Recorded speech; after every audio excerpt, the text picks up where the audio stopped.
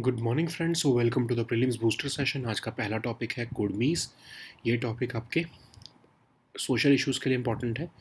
तो कुर्मी कम्युनिटी जो है वो वेस्ट बंगाल और झारखंड में प्रोटेस्ट कर रही है क्योंकि वो शेड्यूल ट्राइब स्टेटस की डिमांड कर रहे हैं और अपनी लैंग्वेज को 8th schedule of the constitution का पार्ट बनाना चाहते हैं। तो कुर्मीज़ कौन है? पीजेंट कम्युनिटी है। जंगल महल एरिया जो है छोटा नागपुर प्लेटू का, वेस्ट बंगाल, झारखंड, उड़ीसा में जनरली वहाँ पर ये पाई जाती है। और ब्रिटिश टाइम पर ये शेड्यूल ट्राइब का स्टेटस जो है इंजॉय करते थे, लेकिन 1950 के बाद इनको शेड्यूल ट्राइब लिस्ट से निकाल दिया गया। क्यों? क्योंकि इन्हीं की कम्युनिटी के लोग जो थे, जो एफ्लुएंट लोग थे, वो नहीं चाहते थे कि वो एसटी स्टेटस उनके पास रहे, और वो अपने आप को क्षत्रिय जो है वो घोषित कर चुके थे। ठीक है। तो ये कम्युनिटी को फिर ऑफ कोर्स गवर्नमेंट ने भी यही कहा कि ये कम्युनिटी अब जो है हिंदुआइज्ड हो चुकी है और इनको अब एसटी बेनिफिट जो है वो नहीं मिल सकते। इसीलिए अब प्रोसेस क्या होता है एसटी टैग मिलने का इंडिया में? प्रेसिडेंट जो है वो किसी भी स्टेट या यूटी के जो है किसी कम्युनिटी को एसटी टैग देते हैं। पार्लियामेंट जो है वो किसी को भी इंक्लूड करवा सकती है, एक्सक्लूड करा सकती है लॉ के थ्रू भी। लेकिन प्रोसेस जनरली क्या होता है? स्टेट या यूटी लेवल आइडेंटिफाई करती है कंसर्न गवर्नमेंट कि किस कम्युनिटी को जो है सी एस टी लिस्ट में डालना है। Proposal ministry of tribal affairs को भेजा जाता है। फिर वो अप्रूवल जो है रजिस्ट्रार जनरल ऑफ इंडिया को भेजा जाता है एग्जामिन करने के लिए। उसके बाद वही proposal national commission for schedule tribes को भेजा जाता है और फाइनल डिसीजन जो है फिर उसके बाद प्रेसिडेंट ऑफिस लेता है। ठीक है। तो कुछ पर्टिकुलर क्राइटेरिया है कि उस क्राइटेरिया के बेसिस पर ही कोई गवर्नमेंट जो है वो देखती है कि क्या वो कम्युनिटी जो है वो बैकवर्ड है, एथनोलॉजिकल ट्रेट्स उसके अलग अलग हैं, जोग्राफिकली वो आइसोलेटेड है, अलग सा कल्चर है उनका। तो इसी के बेसिस पर जो है वो ये प्रोसेस स्टार्ट होता है। नेक्स्ट हम टॉपिक देखते हैं Indian knowledge system. Art and culture के लिए इंपॉर्टेंट है, गवर्नेंस के लिए भी इंपॉर्टेंट है। यूनिवर्सिटी ग्रांट्स कमीशन ने गाइडलाइंस इशू कर दी हैं कि कैसे इंडियन नॉलेज सिस्टम जो है हायर एजुकेशन में जो है वो इंक्लूड किया जाएगा। कॉलेजेस और यूनिवर्सिटीज़ जो है वो उसके बेसिस पर अब से कोर्स भी बना पाएंगे। अब इंडियन नॉलेज सिस्टम क्या है? अक्टूबर 2020 में इंडियन नॉलेज सिस्टम जो है वो एक इनोवेटिव सेल बना मिनिस्ट्री ऑफ एजुकेशन के अंडर, और नेशनल एजुकेशन पॉलिसी का भी इसको पार्ट बना लिया गया। अब जो इंडिया के एजुकेशन सिस्टम, इंडिया के नॉलेज सिस्टम, चाहे वो आर्ट और लिटरेचर से रिलेटेड हो, एग्रीकल्चर से रिलेटेड हो, आर्किटेक्चर से रिलेटेड हो, बेसिक साइंसेज से रिलेटेड हो, उन सबको कैसे हम जो है फैला सकते हैं, कैसे उसमें रिसर्च और जो है सोसाइटी में एप्लीकेशन उसके हम क्या ला सकते हैं, उसके लिए जो है हमारी कंट्री की रिच हेरिटेज को फैलाने के लिए ये इंडियन नॉलेज सिस्टम बनाया गया। अब ये इंटरडिसिप्लिनरी ट्रांसडिसिप्लिनरी वर्क जो है इंडिया के इंस्टीट्यूशंस और अब्रॉड के इंस्टीट्यूशंस जो कर रहे हैं उसको फैसिलिटेट करने के लिए इसको बनाया गया है। और स्कीम्स को पॉपुलराइज करना, फंडिंग देना ऐसे प्रोजेक्ट्स के लिए जो इसमें काम कर रहे हैं, उसके लिए IKS जो है डिवीज़न बनाया गया। अब ये क्या क्या एक्टिविटीज़ करता है IKS डिवीज़न? फंडिंग सपोर्ट देता है, इंटर्नशिप प्रोग्राम्स चला रहा है, टेक्निकल एजुकेशन सिस्टम जो है उसमें जो है एक बुक भी जो है वो एक इशू कर दी गई है। IIT गुवाहाटी भी ऐसे प्रोग्राम्स चला रहा है, PhD प्रोग्राम्स। IIT गांधीनगर तो 2016 से ही चला रहा है।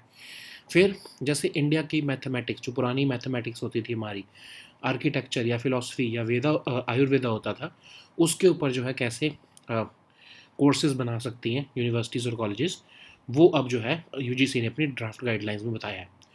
तो उन्होंने बोला है कि अंडर ग्रेजुएट और पोस्ट ग्रेजुएट दोनों तरह के कोर्सेज चलाए जा सकते हैं।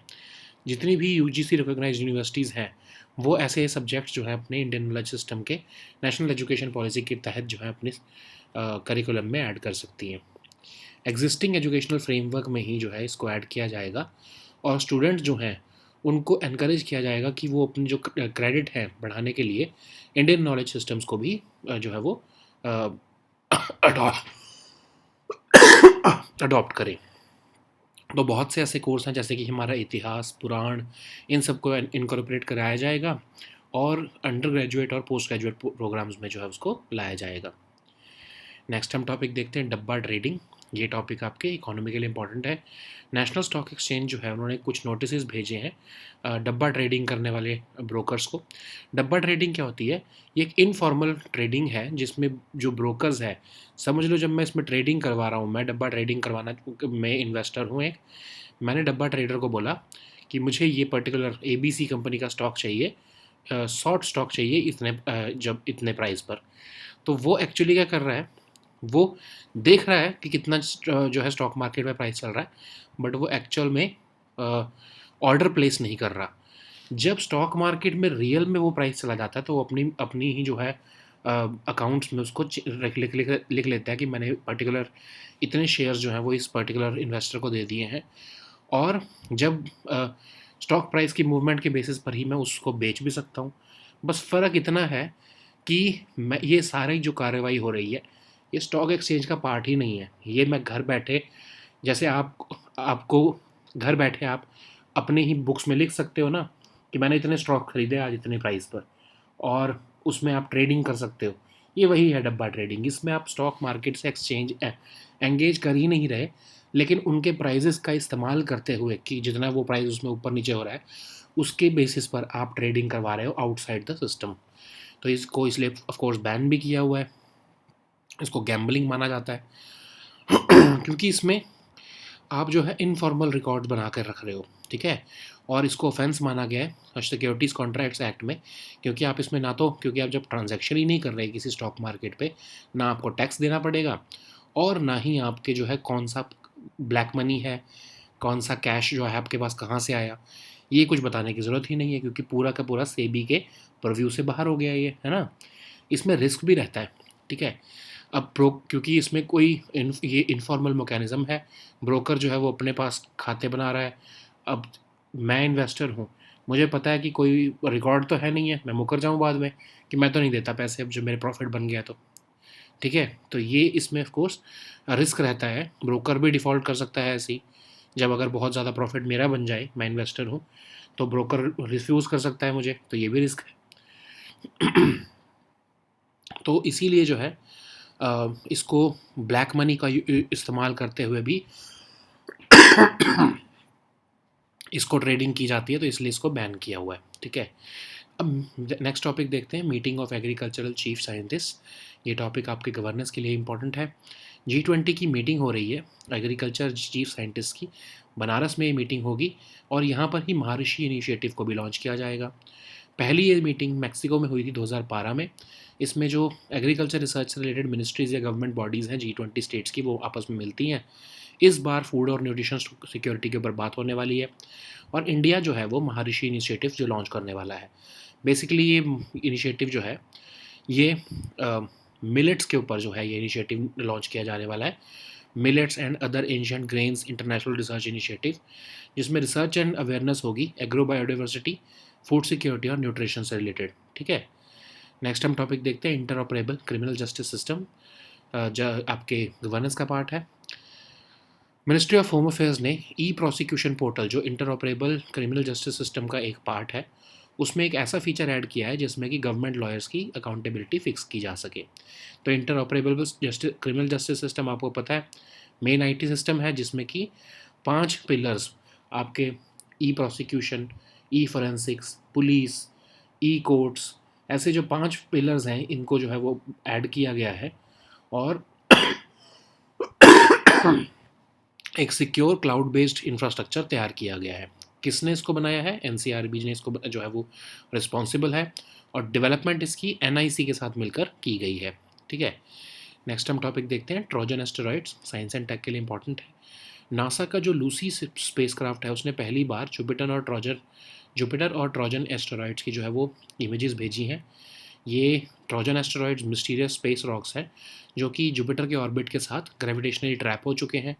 ये वो मटेरियल की जो है बचे हुआ मटेरियल है जिससे आउटर प्लैनेट्स हमारे बने हैं, ठीक है। तो ये सन के आसपास ऑर्बिट कर रहे हैं 2 लूज ग्रुप्स में, तो ऐसे 2 लैग्रांज पॉइंट्स हैं जो कि ऑफ कोर्स सन और जुपिटर से दोनों से इक्वी डिस्टेंट हैं। तो ये वहीं पर जाकर फंस गए हैं और ये वहीं पर मूव कर रहे हैं। लूसी मिशन जो है नासा का मिशन है, 2021 में लॉन्च किया गया था, 12 साल का मिशन है, और ये जुपिटर के ट्रोजन्स को और 2 मेन एस्टेरॉयड बेल्ट्स को जो है वो ऑब्जर्व करने गया है। पहला ऐसा स्पेसक्राफ्ट है जो कि ट्रोजन एस्टेरॉइड्स को स्टडी कर रहा है। नेक्स्ट हम टॉपिक देखते हैं, India's first under water metro. Economically topic important है। इंडिया की पहली अंडर वाटर मेट्रो जो है वो हुगली रिवर कोलकाता के नीचे से बनाई जा रही है। उसका ट्रायल रन कंडक्ट किया गया है।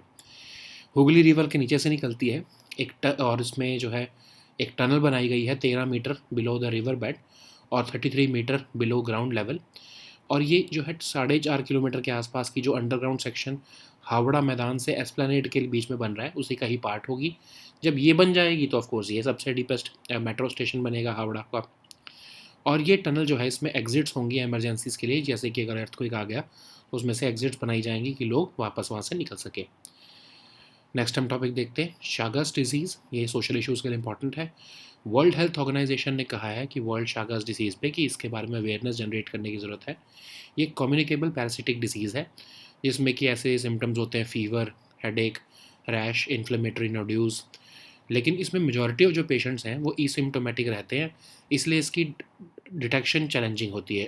अर्ली डिटेक्शन जनरली कैसे ट्रांसमिट होता है ये फैमिली ऑफ बग्स के थ्रू ट्रांसमिट होता है और इसको हम किसिंग बग भी कहते हैं, क्योंकि जनरली जो कंजेनिटल जो टच होता है उसके थ्रू ये ट्रांसफ़र होता है, जैसे कि प्रेग्नेंट वीमेन से बेबी के बीच में ब्लड ट्रांसफ्यूजन से, ऑर्गन ट्रांसप्लांट से, जिसमें भी बेसिकली लिक्विड एक्सचेंज हो रहा है। ठीक है, अनकुक्ड फूड की कंजम्पशन करने की वजह से भी जो है ये ट्रांसमिट हो सकता है। कैजुअल कांटेक्ट से ट्रांसमिट नहीं होता है। ठीक है, कोई वैक्सीन भी इसके लिए अवेलेबल नहीं है। और ये आपके जो साउथ अमेरिका का रीजन है खासकर वहाँ पर ये ज़्यादा स्प्रेड है। नेक्स्ट हम टॉपिक देखते हैं, R21 vaccine science and tech के लिए इंपॉर्टेंट है। तो एंटी मलेरिया वैक्सीन जो कि ऑक्सफोर्ड यूनिवर्सिटी से ने डेवलप किया है उसको पहला अप्रूवल मिल चुका है। 75% इसने लगभग इफेक्टिवनेस दिखाई है। इसको इवन बच्चों के लिए भी जो है वो अप्रूव कर दिया गया है। घाना पहली कंट्री बनी है जहाँ पर इसको अप्रूवल मिला है। इसमें एक ऐसा एडजुवेंट यूज़ किया जाता है मैट्रिक्स-एम, जिससे कि स्ट्रॉन्गर और लॉन्गर लास्टिंग इम्यून रिस्पॉन्स इससे मिल रहा है। अब मलेरिया क्या है? प्लाज्मोडियम पैरासाइट से होने वाली बीमारी है। एनोफिलिस मस्किटोज जो है वो पैरासिटिक जो है इन्फेक्शन जो है वो फैलाती है, लेकिन ये कंटेजियस नहीं होता है। 5 टाइप के जो है प्लाज्मोडियम पैरासाइट्स जो है ये मलेरिया को करते हैं। जो सबसे कॉमन है वो है प्लाज्मोडियम फैल्सिपरम, और इसी से सबसे ज़्यादा मलेरिया डेथ्स भी वर्ल्ड वाइड होती हैं।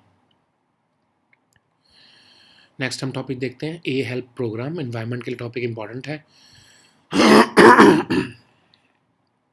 ए हेल्प प्रोग्राम को रिसेंटली उत्तराखंड में लॉन्च किया गया है। यूनियन मिनिस्ट्री ऑफ फिशरीज़ का इनिशिएटिव है, जिसमें कि कम्युनिटी बेस्ड विमेन एक्टिविस्ट जो हैं वो वेटरनेरियंस को जो है असिस्ट करेंगी लोकल डिपार्टमेंट एक्टिविटीज़ में। जो आपके वेटरनर्स हैं कि वो लाइफ स्टॉक फार्मर्स को हेल्प करें एंटरप्रेन्योरशिप डेवलपमेंट के लिए, और एनिमल्स को जो है ईयर की टैगिंग के लिए उनको INAF पोर्टल के ऊपर जो है वो रजिस्टर करने के लिए। तो बेसिकली फार्मर्स को ग्रास रूट लेवल पर हेल्प करने के लिए वेटरनेरियंस के लिए जो है ये प्रोग्राम बनाया गया है। ठीक है, तो राष्ट्रीय गोकुल मिशन का ही पार्ट है। अब राष्ट्रीय गोकुल मिशन भी देख लेते हैं। डेवलपमेंट और कंजर्वेशन ऑफ इंडिजिनस बोविन ब्रीड्स को जो है करने के लिए ये प्रोग्राम 2014 से इम्प्लीमेंट किया जा रहा है। राष्ट्रीय पशुधन विकास योजना का ही पार्ट है, और ये इसमें इंडिजिनस जो हैं आपकी बोवीन्स उनको उनकी प्रोडक्टिविटी को एनहेंस करना, हाई जेनेटिक मेरिट बुल्स को जो है यूज़ करना, इंडिजिनस कैटल और बफेलो रेयरिंग और कंजर्वेशन करने का जो है ये प्रोग्राम है।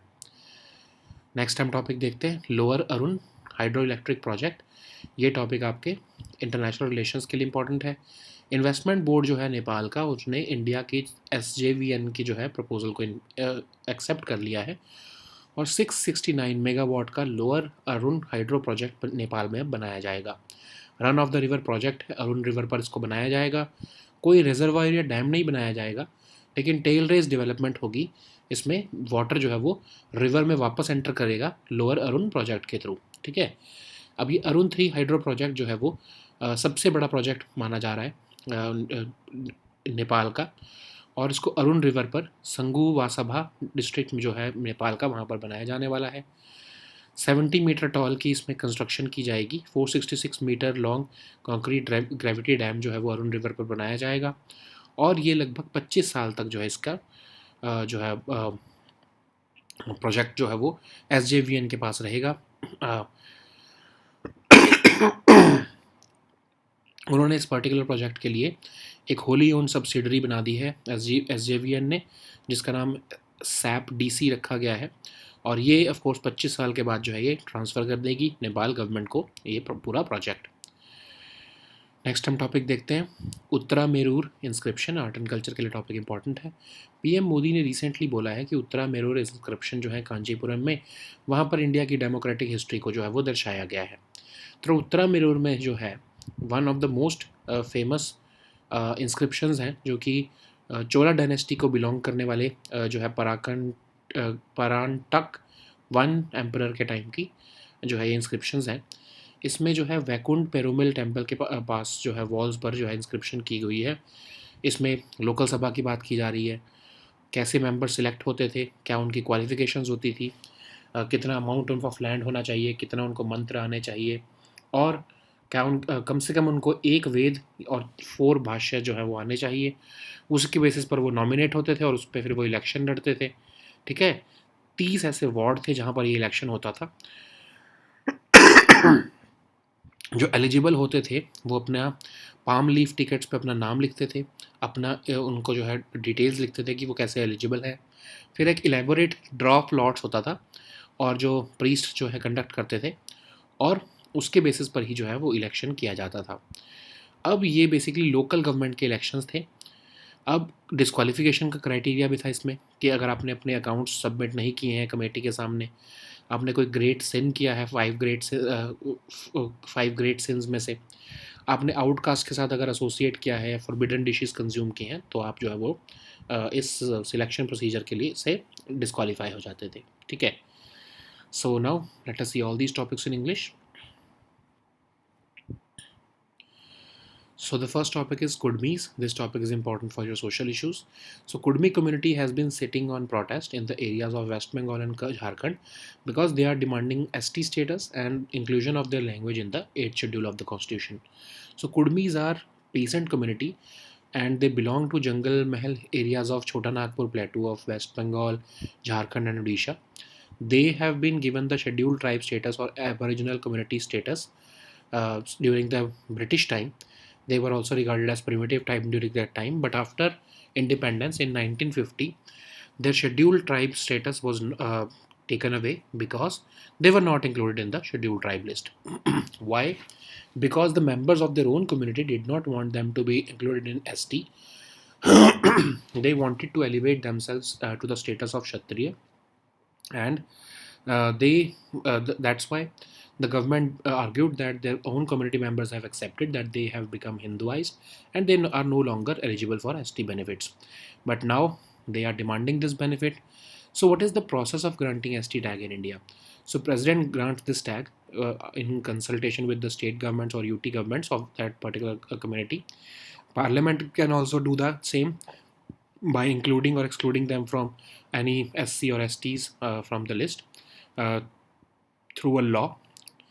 But generally, the process begins at the state or UT level when the concerned government seeks addition or exclusion of a particular community. The proposal is sent to the Union Ministry of Tribal Affairs, which then sends it to the Registrar General of India after examination.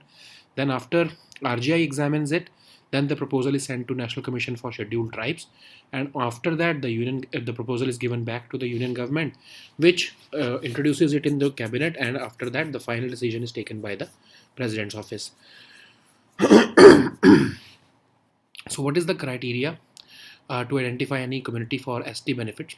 If they have some ethnological traits, traditional characteristics, distinctive culture, they are geographically isolated, and they are backward, then they are of course eligible for ST benefits. So the next topic is Indian knowledge system. This topic is important for your governance section and your art and culture section also. University Grants Commission has released the draft guidelines for incorporating Indian knowledge in higher education curricula. So this will help colleges and universities to develop courses with respect to Indian knowledge systems. What is Indian knowledge system? It was established in October 2020. It is an innovative cell which was introduced through the National Education Policy of 2020. The aim is to promote interdisciplinary research, preserve and disseminate Indian knowledge system, and actively engage and spread the rich heritage of of our country in the fields of art and culture, literature, agriculture, basic sciences, architecture, engineering and technology, etc. So, what are the functions of IKS division? So, basically, they aim to facilitate and coordinate the interdisciplinary work which is done by Indian institutions and institutions abroad, and to popularize schemes, including that of the funding of certain projects which are meant to undertake research in Indian knowledge systems. So, what are those activities? Of course, apart from funding, internship programs, technical education has also been facilitated with such programs. Even a textbook has been recently introduced. IIT Guwahati has started certain PhD programs regarding the same, like short duration courses on spoken Sanskrit, spoken Assamese. IIT Gandhinagar is also having such courses since 2016 itself. So recently, history of Indian mathematics, architecture, philosophy, Ayurveda could be introduced in the higher education institutions of India. So, what does these guidelines say? So, these guidelines say that undergraduate and postgraduate courses, these in undergraduate and postgraduate courses, these Indian knowledge systems can be accommodated in our higher education system. All UGC recognized universities have been tasked to include these subjects as part of the national education policy. They have to integrate it within the existing educational framework. Every student in undergraduate and PG courses will be rather encouraged to take up these courses uh, and avail credit from them. Certain other courses like role of our Itihas and Purans will also be incorporated. So the next topic is Dabba trading. This topic is important for your economy section. So recently, National Stock Exchange has issued a string of notices to entities who are involved in Dabba trading. Dabba trading is basically informal trading. Brokers are actually placing the order for stocks without actually placing them on stock exchanges. Okay, this is like just you and your cousin. You are talking on phone that I am buying this particular stock which is being traded on stock exchange, and just mark it in your books that I have purchased this particular stock, and on that basis the entire trading is happening. So basically outside of stock exchange, entire trade is happening using the same value of that stock which is being traded on the stock exchange. Okay, so the stock exchange is being only used to see the stock price movements. So basically it's a gambling which is around the stock price movements. So for that, these brokers maintain their own trading books or dabba, and they stay outside the purview of the regulatory mechanism of the SEBI, because they are not actually placing any order. So they even facilitate cash transactions, and it is an offense under the section 23 of the Securities Contracts Regulation Act of 1956, because they are not any paying any taxes. Because why they are not paying taxes? Because they are not part of the any transaction through the stock exchange. So that's why, of course, it has been banned by the government. But there is also a certain risk. Let's suppose that you make an enormous profit, uh, but then the broker defaults. Broker says that you have not placed any order because this entire system is informal. You do not have any proof of making such an order. Okay. Similarly, you can also refuse to share the loss. In that case, the broker would send certain agents to harass you. Okay, so this is meant for encouraging growth of black money, because the transactions are also being placed at in cash. So there is also chance of money laundering and criminal activities. So the next topic is meeting of agriculture chief scientists. This topic is important for your uh, international relations and your governance section also. So G20 meeting of agriculture chief scientists will be held in Banaras, and this Maharishi initiative will be launched soon. So this first meeting was held in 2012, and it includes ministries or governmental bodies of agriculture research in respective G20 states. They will be discussing about food and nutrition security, and India will be launching this Maharishi initiative, which is a program of research and development in the millets field. Okay, so the next topic is interoperable criminal justice system. This topic is important for your governance section. So to ensure timely disposal of criminal cases, Ministry of Home Affairs has launched a feature in e-prosecution portal of the interoperable criminal justice system to fix accountability of the government lawyers. So they will this interoperable criminal justice system project is a national platform for enabling integration of main IT systems which are used in the delivery of our criminal justice system, from courts to forensics to prosecution to police and whatnot. All these are accommodated within this interoperable criminal justice system project to ensure seamless data transfer and information among the five pillars of the criminal justice system. So, who is implementing this project? Of course, the National Criminal Record Bureau will be responsible for its implementation, and it has been developed in association with National Informatics Center. So the next topic is Trojan asteroid. This topic is important for your science and tech section. So NASA's Lucy spacecraft has recently caught a glimpse of Jupiter and Trojan asteroids. These Trojan asteroids are mysterious space rocks which are gravitationally trapped in Jupiter's orbit around the Sun for billions of years.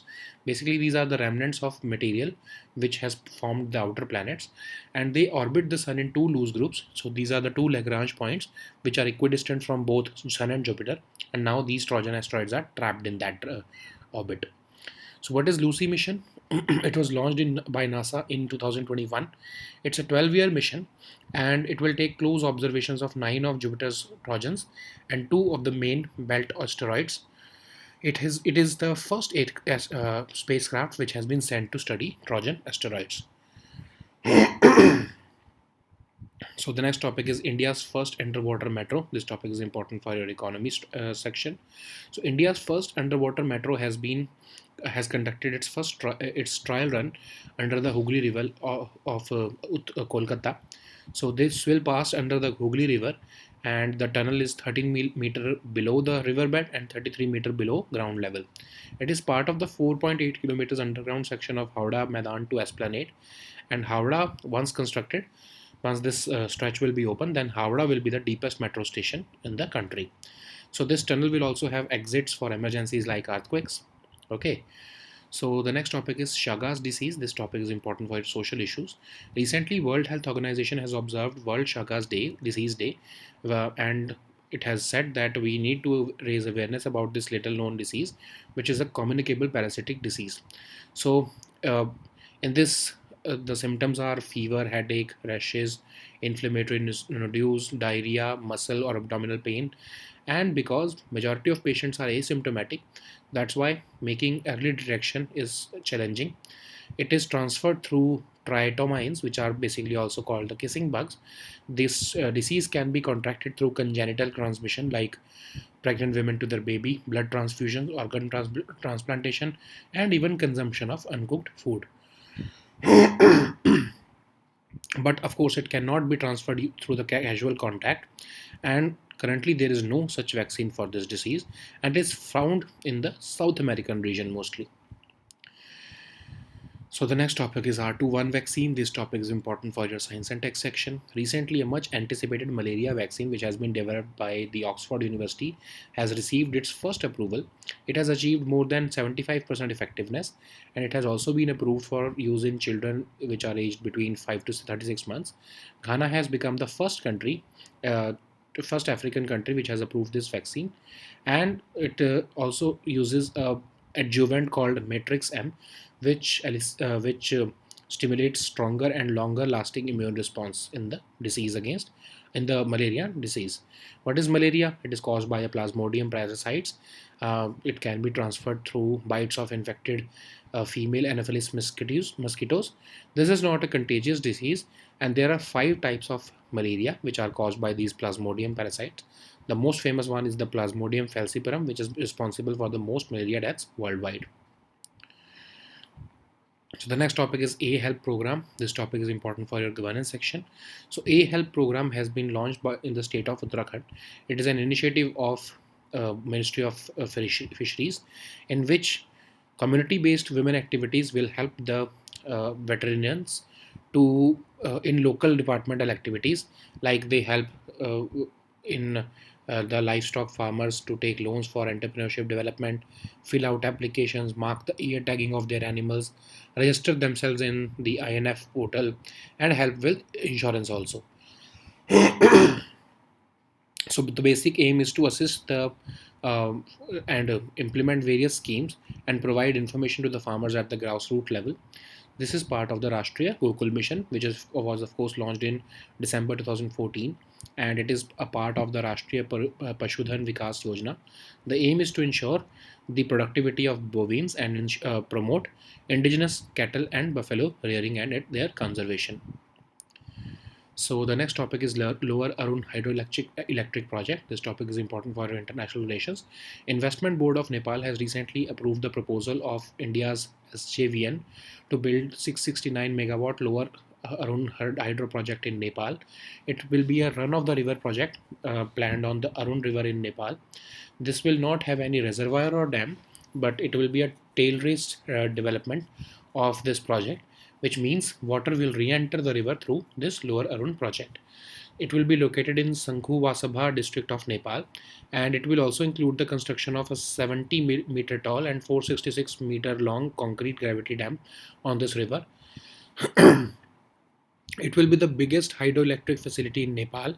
So for that, SJVN has made a company which will operate this facility for a period of 25 years before transferring it to the Nepalese government. So the next topic is Uttarameru's inscription. This topic is important for your art and culture section.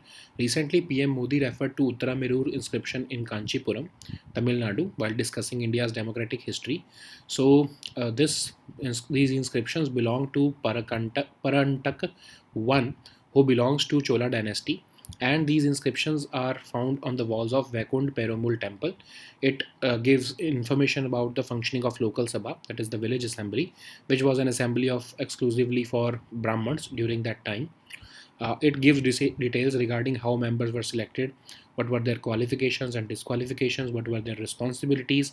So certain qualifications, like there should be certain amount of land which is owned by the nominee, by the nominated member, or they should know a certain mantra and brahmanas, and they should be versed with at least one of the 4 Vedas and bhashyas.